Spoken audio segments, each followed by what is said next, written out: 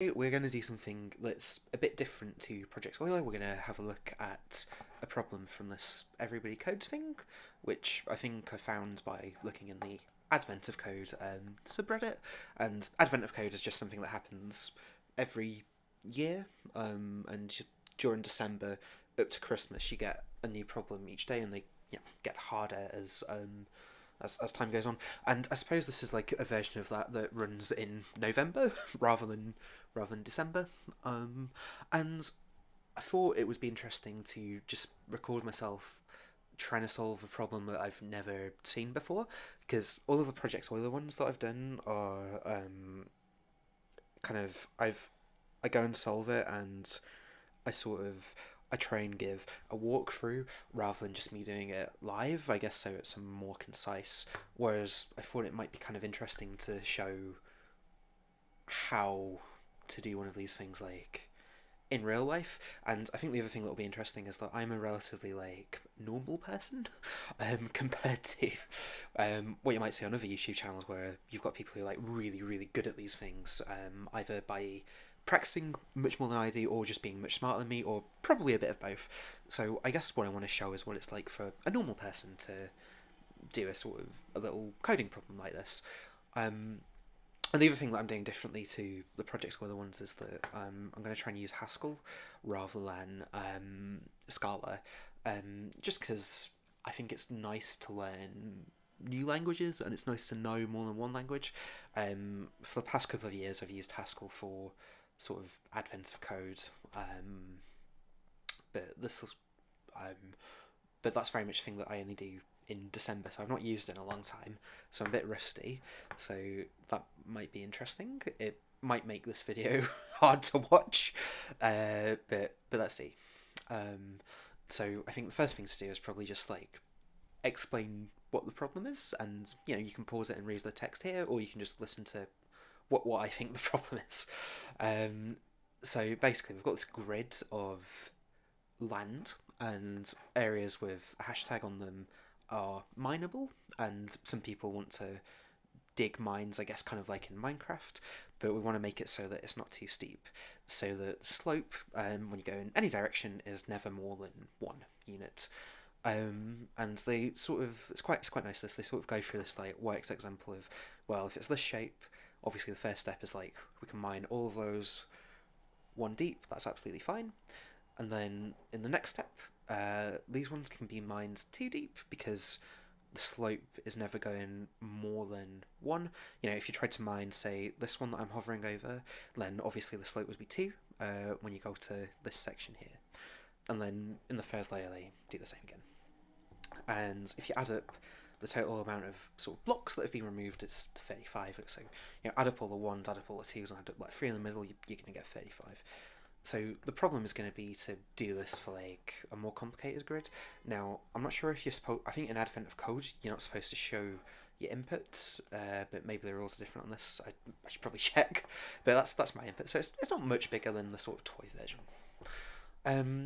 Okay, so I think I understand what needs to be done here. So let's think about how we would sort of do this in Haskell. So I think my first step is going to be read the inputs into a map of sort of points. So you'd have like, say for this, I'll probably have like some coordinates like this. So int in XY coordinates, and then my grid is just going to be a map of chords,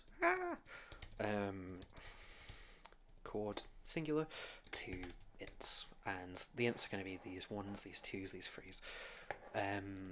So that seems like a sort of logical first step to me. And then, well, once we've got this map, what are we going to do with it? So it seems to me that the approach has been the sort of initial step. I think we can just say that every coordinate that's got a hash on it can be thought of as being 1 deep. So that feels like a really good initial step. And then I think the next step is identify somehow identify the squares that are going to have to be that are allowed to be too deep and mark them as too deep, and then finally, in this case, finally identify the one square that's going to be 3 deep, although in my actual one it'll obviously be a bit deeper. And that feels like a nice little iterative problem. So what I'm imagining is that we've got this sort of state that has this map of coordinates to heights, and each iteration we're going to mark a new level. So literally just what they've done with this input stuff. And so I guess that's probably going to be actually data, isn't it? So let's say we've got some sort of grid state, and then we'll have a grid in there, which is the thing we're trying to fill in, and then we'll have probably the sort of height that we're up to. I'm bad at naming things. Let's just call it height for now.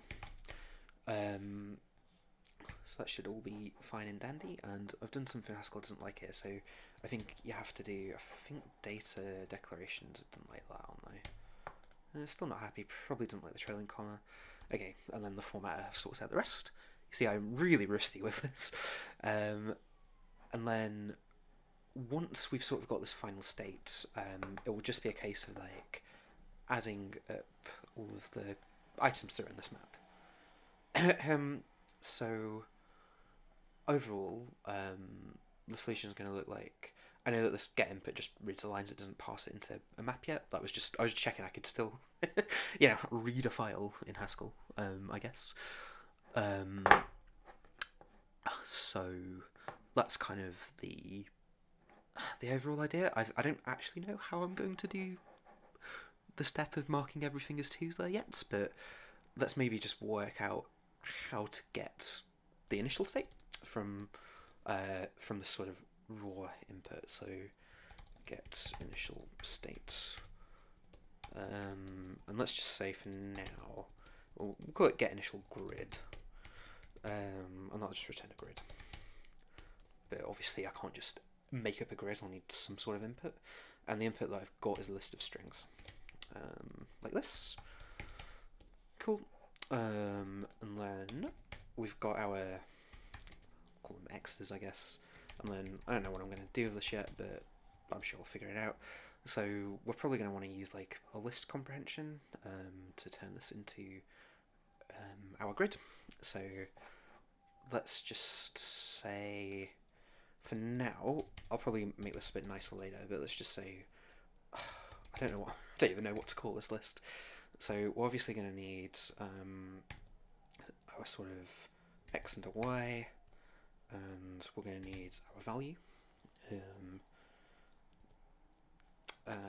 Just call it sort of value, and that'll be a sort of a fruple, I guess. And then what we'll do is, like, so it's a list of strings, so each string represents a row, so that means that for the sort of outer list, we'll have a row like this. Why are you not happy? I think it's the lat symbol that's needed. Okay, that's fine. That's fine. And then LMs or LM or value even will be from these x's. So that should be a type of character. Okay. Oh no, because we need to draw them from the rows. Cool. So that should be a character, and then we can apply a filter. So we need to value to be this, right? Hashtag.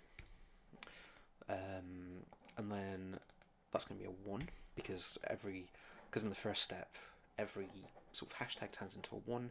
Anything that's not a hashtag is not a 1. And then, well, we're not getting x and y's, so we need like I mean zip with index. It's a function in Scala, but it doesn't seem to exist in Haskell, but that's fine. I can just make it up. So we'll just 0 index it because why not? And what that'll mean is, so that is now going to be tuples.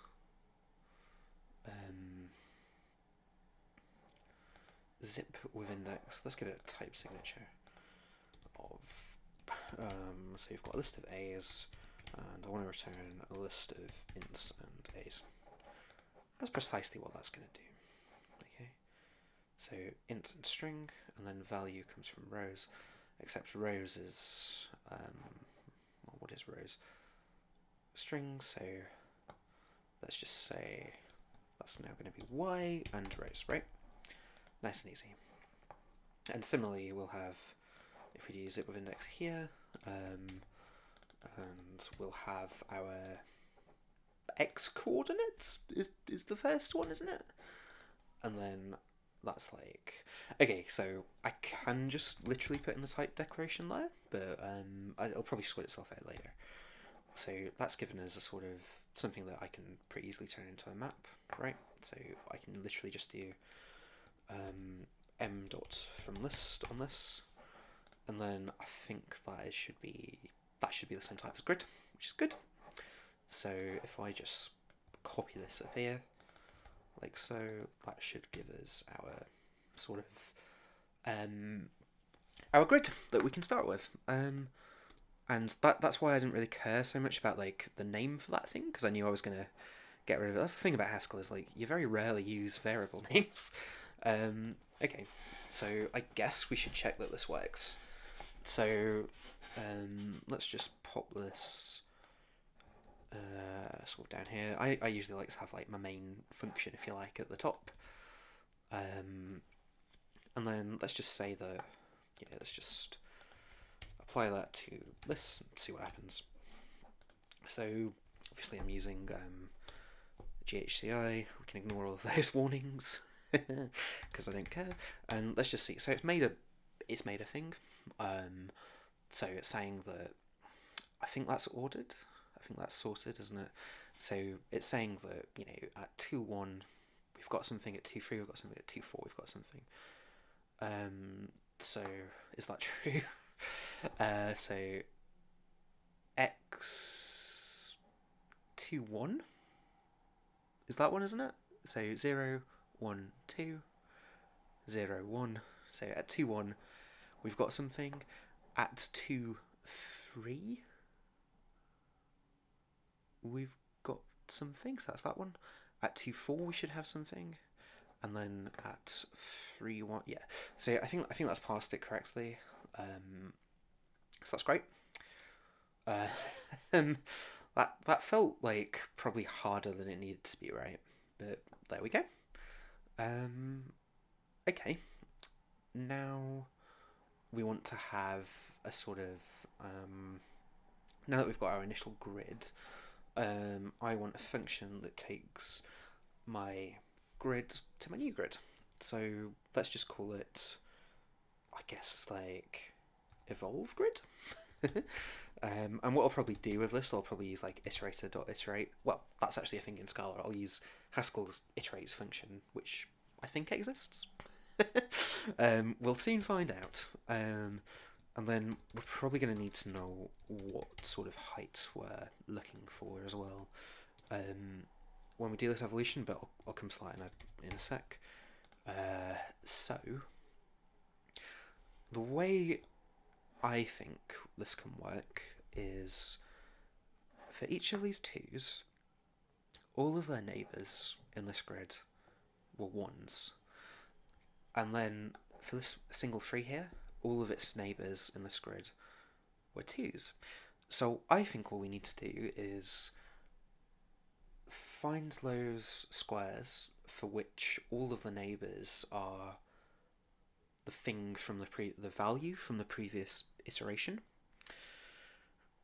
So let's feed our function an int to represent that, and like I'm just going to call it like previous max depth that we've sort of mined to, and I've put that on the wrong side of the function definition, but there we go.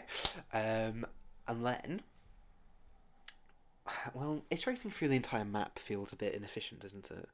And quite often what I've done with these things in the past is I've kind of had 2 maps, so the sort of map that I'm building up as my answer, and the map of like unvisited or unfinished sort of squares or elements in my grid. Because grid problems come up a hell of a lot in Advent of Code, but I don't really care about efficiency right now. I mean, look how small the input is, right? So I'm just gonna try and do it. So I want a function now that gets me my neighbours.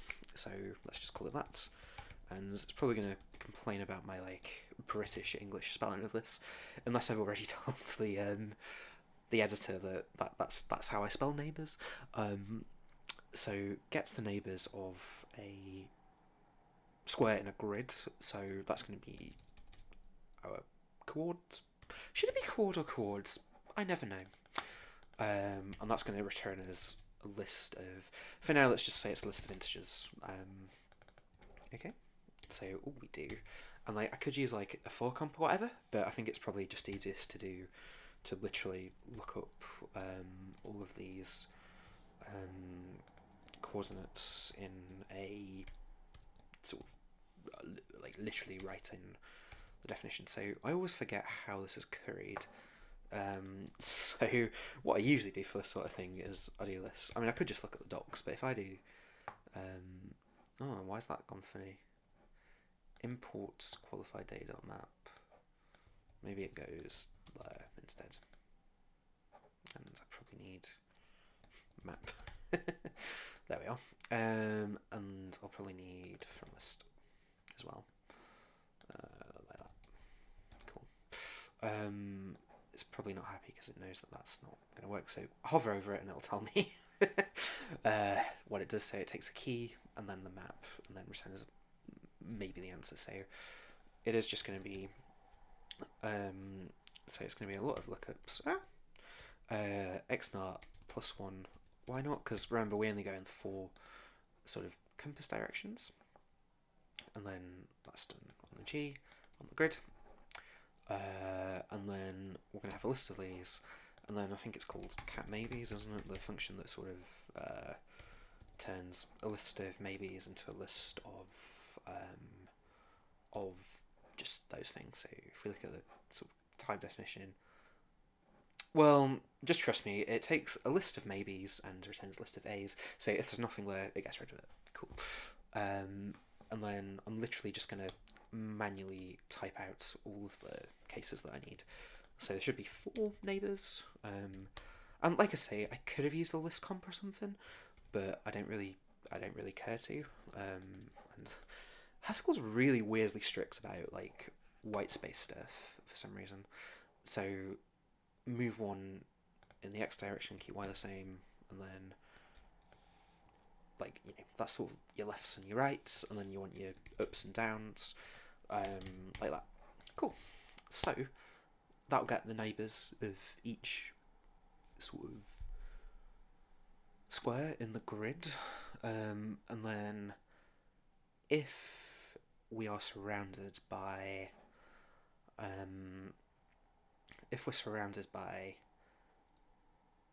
on all 4 sides.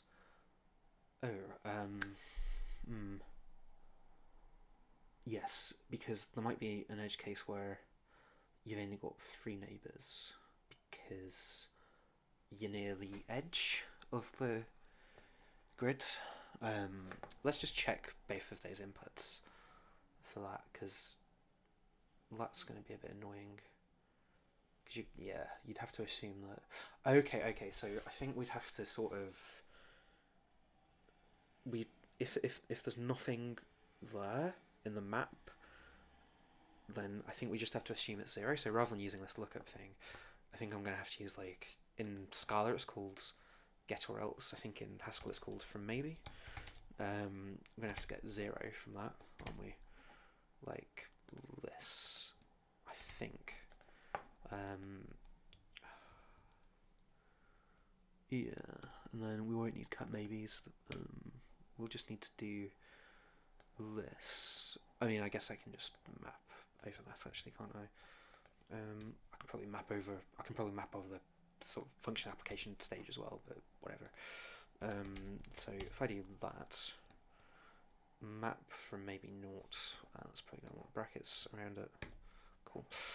So just to explain my reasoning here, it was like if I was looking at this one and I got its neighbours, with that cat neighbours thing, it'd only see this neighbour here. So I'd think that all of the neighbours were of height 1, but they're not. I mean, there's probably another way to handle this edge case, but it's whatever. I mean, I think this will work. And it's not really get neighbours; it's more get neighbour heights. And this assumption that like we should default to 0 may be incorrect, but let's see. Cool. So what we're going to do is then for each entry in the grid, get the neighbouring heights. Get for each entry in the grid that's equal to the previous max depth.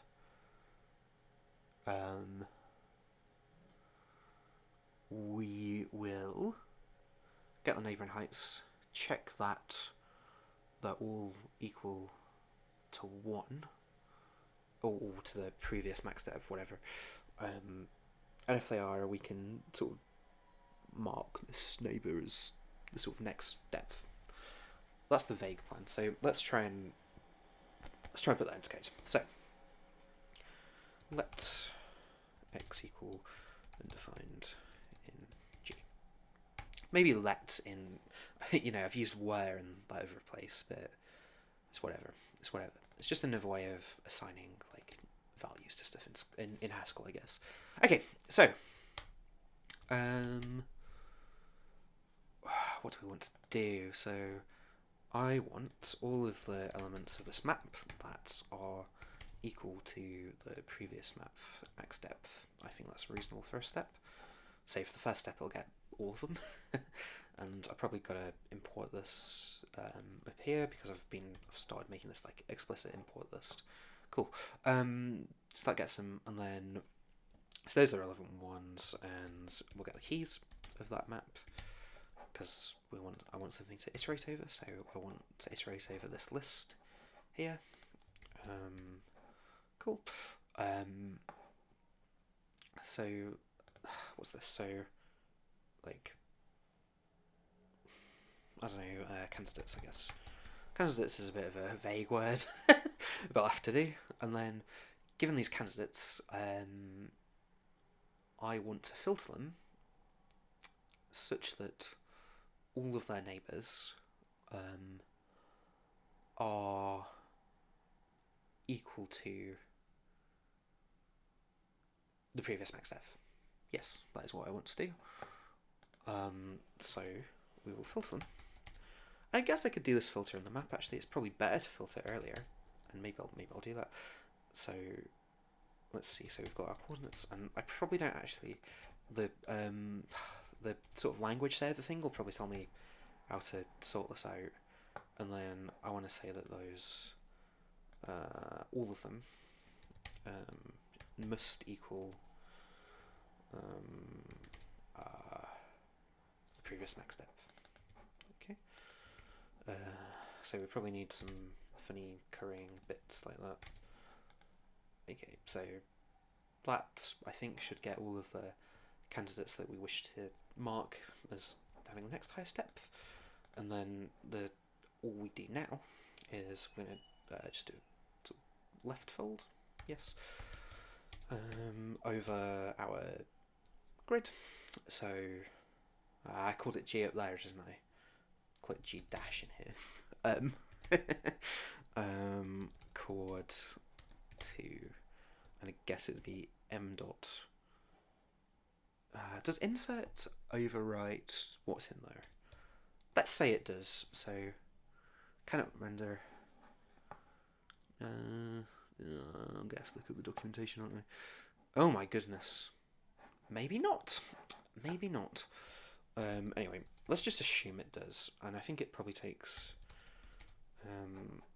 these ones. I mean, I guess I could just update it with +1, but I'm just gonna do this.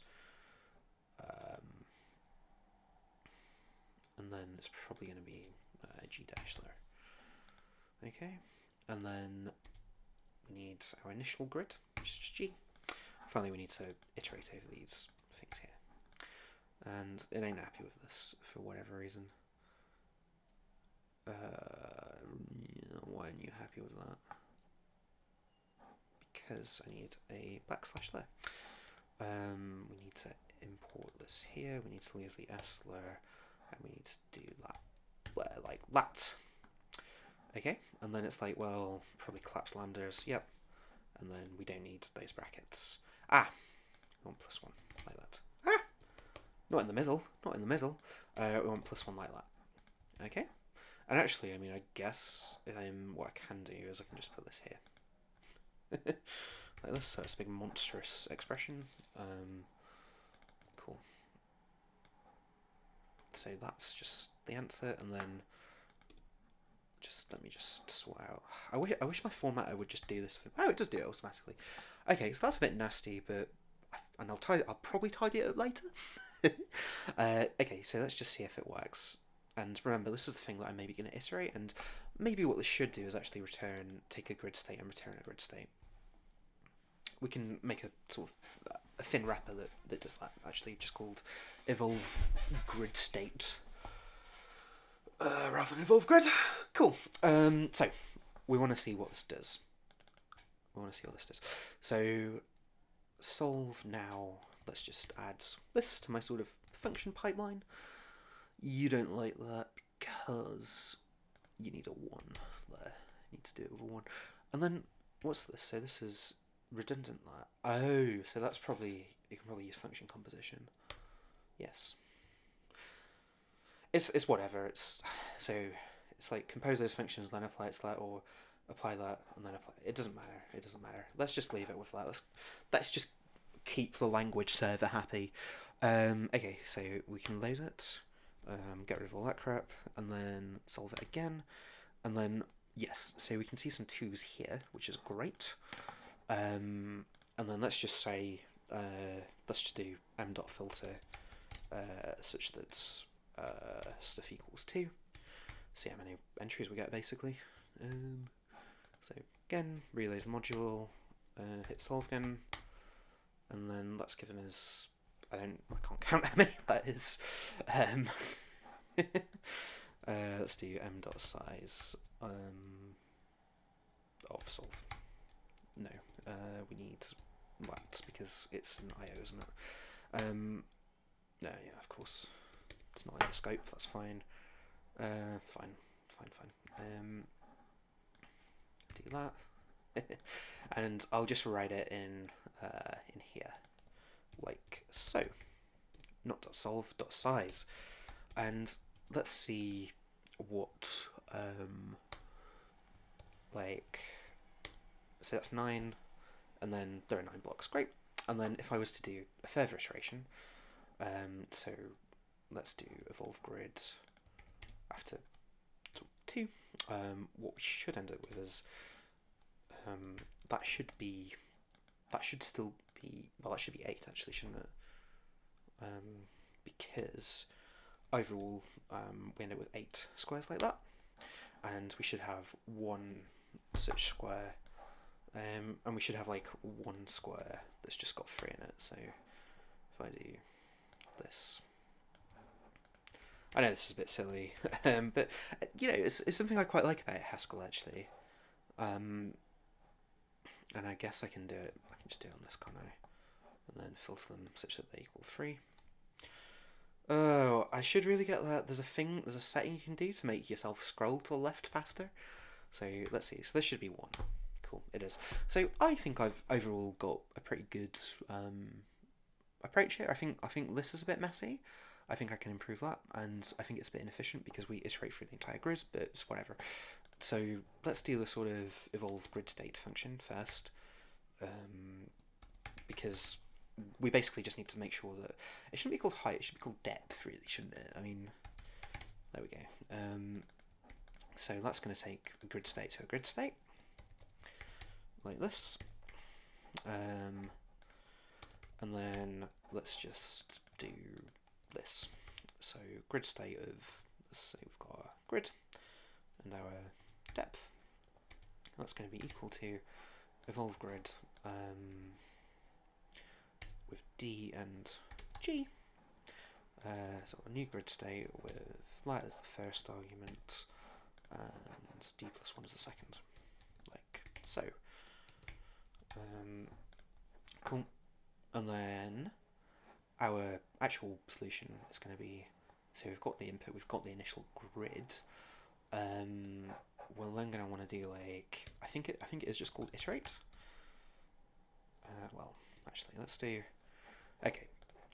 just to make my life a bit easier, let's use do notation. So rule input is this, and then I can make this nice later. Let thingy init grid be this from the raw input, and then let's res, bad name, but we'll probably just get rid of the name, like I say.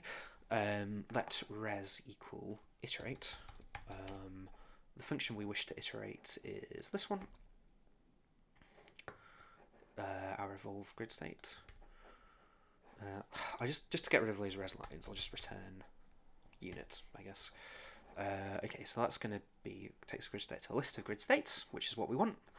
Say init grid, and then, I mean, I could just do, well, init grid state equals grid states of init grid and 1, I think. And then we can do this. So that gives us a list of iterating this grid state, so we need to know when to stop. Yeah, that's a good question. Because what I was thinking of doing is like find find a on should stop like this. So dot goes there, that goes there, and then I was thinking that like I probably need to import find actually, and then I was thinking should stop was look like, you know, you've got your grid state to a boolean like this. G, we'll just say it's false for now, and then that's going to need an import. I guess it's that would be the relevant import, and then that'll maybe show us a grid state. Now, the reason I like using so the thing is, I could have done this just using normal recursion, but I like using iteration because I can see the sort of intermediate states. So I could just as well say, you know, take however many you want, and I could see how this is progressing, which is quite useful. Okay, so we need to think of a sensible stopping condition, and I think we only really ever going to care about the grid, not the depth, or height, or what, depth. And it's basically just going to be the case that that we find no neighbours, I think. Yes, I think that'll be it. So I think it will be when this is empty. Yes, I think it'll be if this is empty, because it'll mean that we've not added any new things as we've gone to the next step. So let's just say it's that, actually. So actually, no, we do need the prove max depth, but good thing we've got it. So that's the Hasley is the wrong way around anyway, actually. I think. I can't remember now. Did I? Are they this way around? Who knows? Grid state takes the grid first and then the depth. And then m dot empty. M dot, is it called null? Yeah. Cool. Okay. So that's the result. And then let's just return it. And you know, this should just give us a map. Now it could be that I've made a mistake here, and that this will just go on forever and ever. If so, I'll just figure it out. So solve that. That's done nothing because there's no show instance for this. So if I just do driving show like that, and I wish there'd be like an error message that was just like, oh, I'm not showing you anything because there's no show instance, but whatever. Okay, so we've got some states. I have no idea if that's the right answer, but depth equals 4 is a good sign, actually, because that probably means we've stopped. Okay, so we've found it, and then we want to get total.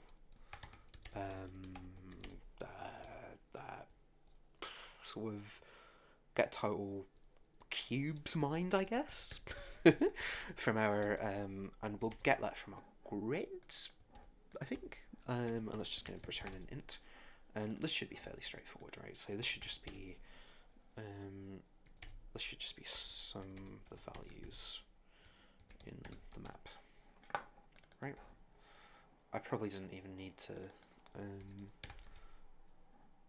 Oh, is that not a thing? Doesn't it? Okay, maybe it's like. I thought it did. Okay, Haskell data.map. There'll be a way to do it. Like, I mean, if I say, yeah, maybe not then. That's a bit annoying. I mean, obviously I can. There we are. LMs. See, it's just called something else.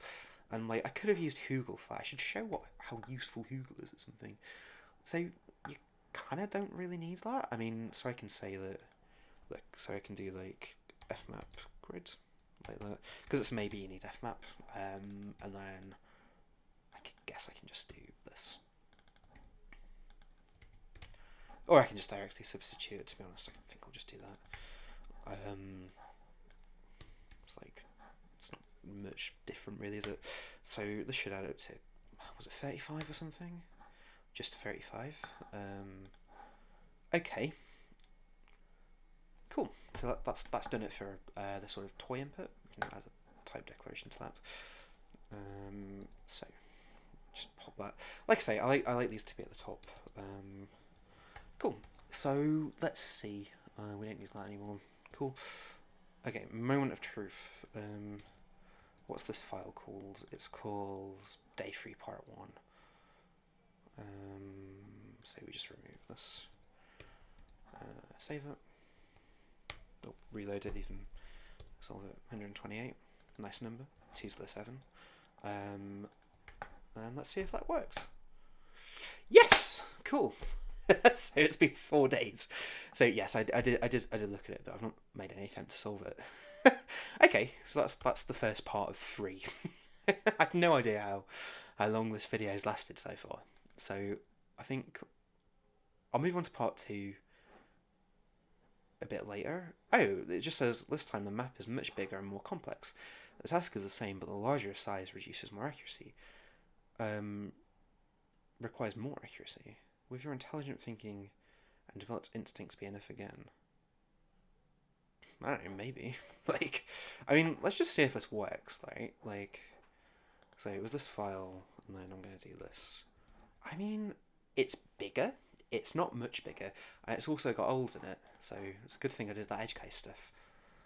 I mean, in theory, I should just be able to run solve again, because I've just changed the sort of target file. Cool. So that may or may not be correct. If it isn't, then cool. So that was easy. So you know, I was going to pause and then do sort of part 2, but this one's probably actually more difficult, isn't it? Okay, royal lands, right? Separate areas to improve the comfort of the ponds created. Also applies to blocks that are diagonally adjacent. Okay, so that's probably just a case of using a different neighbour guessing function. So to be honest, shall we just see if we can do that?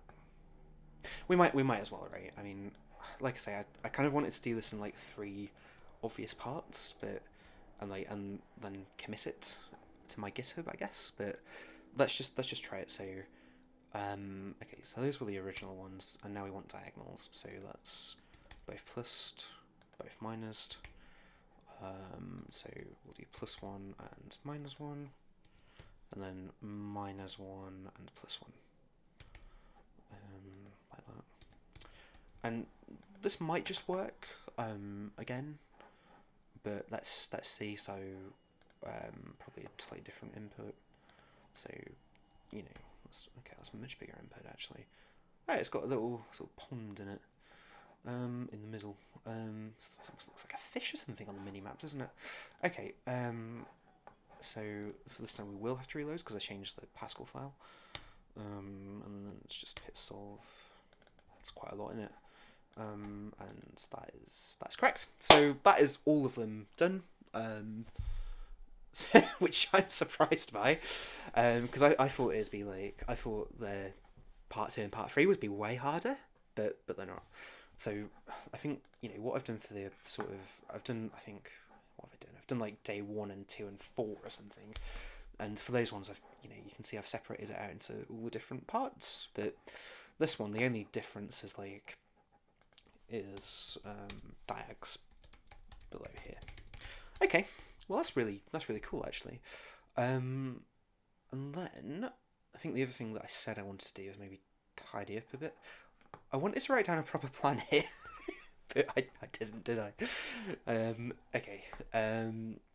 So this one, you know, I think we probably could just replace that with its value. And like, to be honest, you know, we could do some more currying stuff, but there's no real need to. And then again, like I say, I can replace this with its value like that, just using function composition and all that jazz. I mean, I kind of just, yeah, I think it'll be fine. I could just replace this with its value, actually. Let's just do that. It's a bit nicer in it. Well, it depends, and you know, I can use the sort of dollar. Oh my god, I can use like the sort of dollar-y syntax a bit later, but I just think this is a bit nicer to have it all just separated out nicely like that. I think that's a bit clearer. So it's like, so what we're doing, we're obviously getting the initial grid state, we're evolving it, we're finding when we should stop, and we're finally sort of summing the elements, and not really much to it. And then this function, I think, is basically just a wrapper for this one.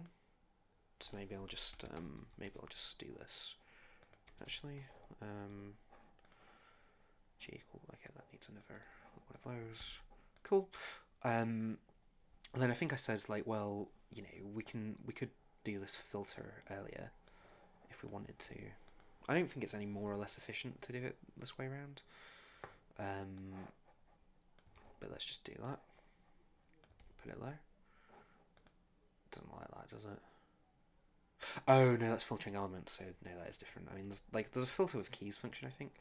And then this, if I curried it a bit different, it could probably look a bit nicer, but we're just saying all of them are equal to the previous max depth. I don't think that's hard to understand. And then this is a fairly straightforward, like, let's just update some stuff. And there's probably a clever way to curry it, like, you know, you could use a flip or something, and if I used fold right, actually, I think it would curry it more nicely. I think I'd be able to just do this.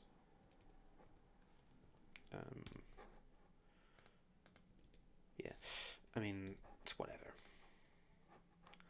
And then, yeah, and then this is fine. I don't see any problems with that. So, I think, I mean, let's just check it still returns 10,200 and whatever it is. I mean, reload it, solve it. Does cool. I mean, I'm pretty happy with this, actually. Especially given that I've not seen this before, and the only Haskell I've done recently is like a few of the other days. So yeah, I think I'm gonna call it a day with this video. Hopefully this was somewhat enjoyable. Yeah, well, we'll see. We'll see if anyone watches it. All right, cool. See you next time, I guess.